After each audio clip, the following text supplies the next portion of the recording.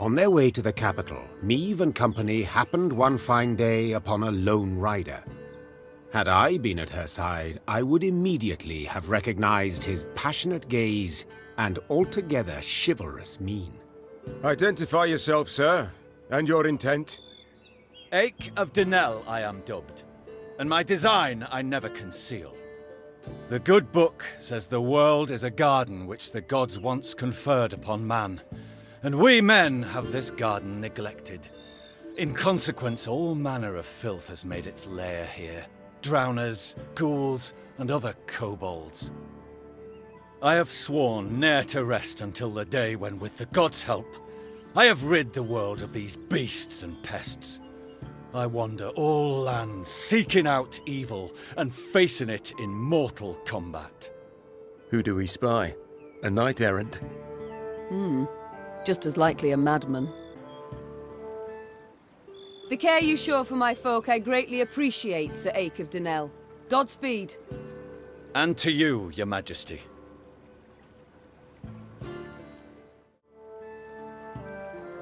How goes your hunt? Caught the trail of any monster? Monster? Too fair a term by far. An exceptionally vile worm has made its lair in nearby caverns. It is said to be the very distillation of filth. A slither in horror. A mélange of the macabre. Its head, that of a wild cat of Ophir. Its maw full of spiked teeth. The wings of a bat it is said to have. The tail of a scorpion, and from it, a thick venom drips. Learned men call this variety a Manticore, or Manticore.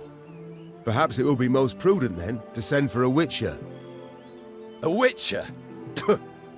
Soulless automatons they are, all, feeding on common folks' fears. What they demand gold to do, I perform without demand of any coin. Sir Eyck, far be it from me to discourage you. Your endeavor is noble, no doubt, but from what I have heard, manticores are exceedingly dangerous beasts. To defeat this filth alone could be a difficult task, I'll not deny. Yet try it I must, for it is what I have sworn before the gods.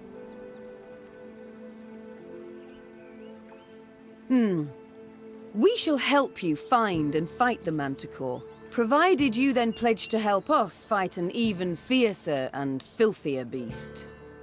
Of course, my lady. Yet what manner of horror is it? A viper? A griffin? A drake of some rare form? Were it only. 'Tis a beast of 1,000 heads, covered in black armor, its fire consuming whole villages. Noble lady, I know bestiaries only in parts, yet I've seen some of the world, and never have I heard of such a terror. You need but look about you, and spot Nilfgaard's legions. Devastating. But you must forgive me, your grace. This struggle between realms is not one to which I can lay a hand. If such is your view, I shall not insist. The care you show for my folk I greatly appreciate, Sir Eyck of Denesle. Godspeed. And to you, your majesty.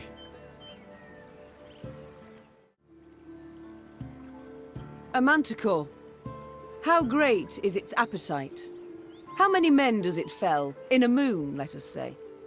It changes. At a time when the horror broods, it may be as many as 20.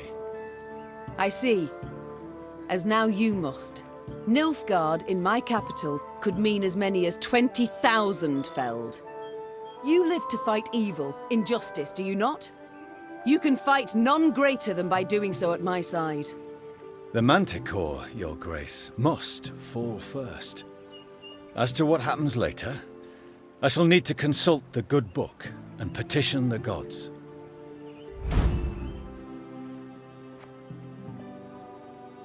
Agreed, so be it.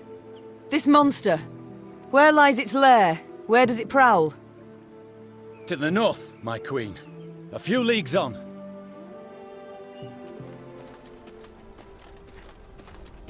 'Tis in these ravines.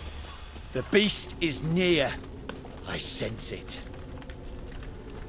At the furthest depth of the winding, gloomy canyon, scouts found the maw of a great cavern.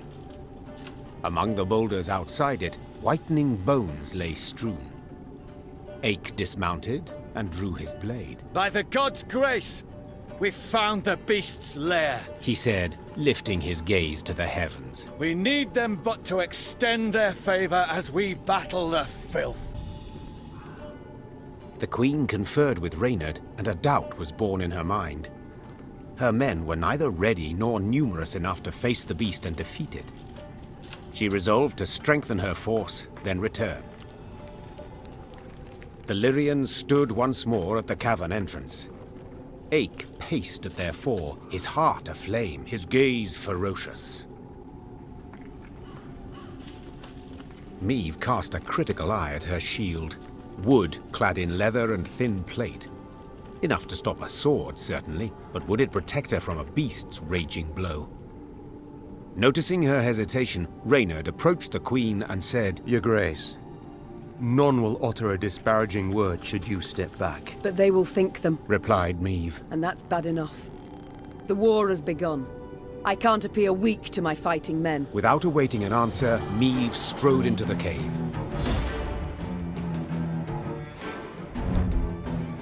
And I beheld the beast!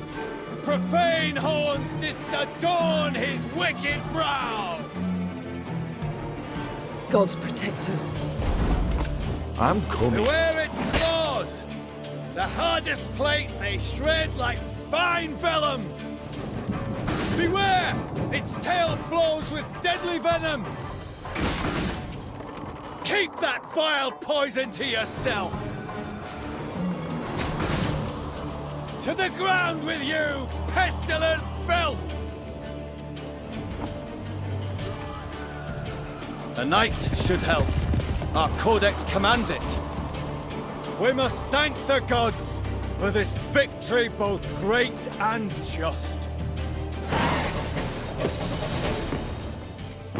With Eyck at their side, the Lyrians fell the Manticore. Later, it was said, the beast's dying wail, multiplied and strengthened as it passed through the caverns, could be heard as far as Spala. Your Grace, many monarchs have I met in my time, yet none proved as virile in battle as did your Majesty. Virile?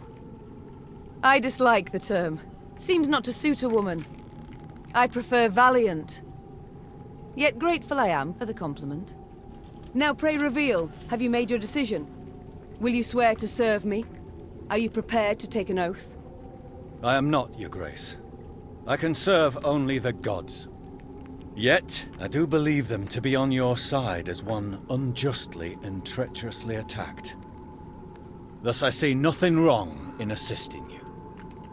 Then I am content and welcome you in my ranks, Sir Eyck of Denesle. The knight errant bowed low from the waist. So low, in fact, the gambeson neath his mail creaked. Meve could only hope he would battle Nilfgaardians as boldly as he faced beasts.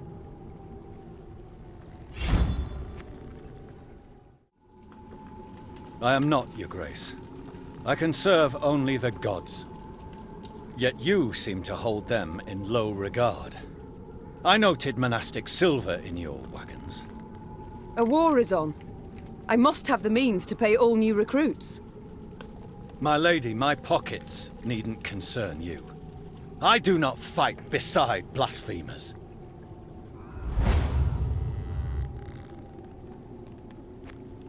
Eyck spurred his mount and disappeared in haste. I know not what Meve thought. Perhaps she felt some pangs of conscience, though she might also have merely shrugged.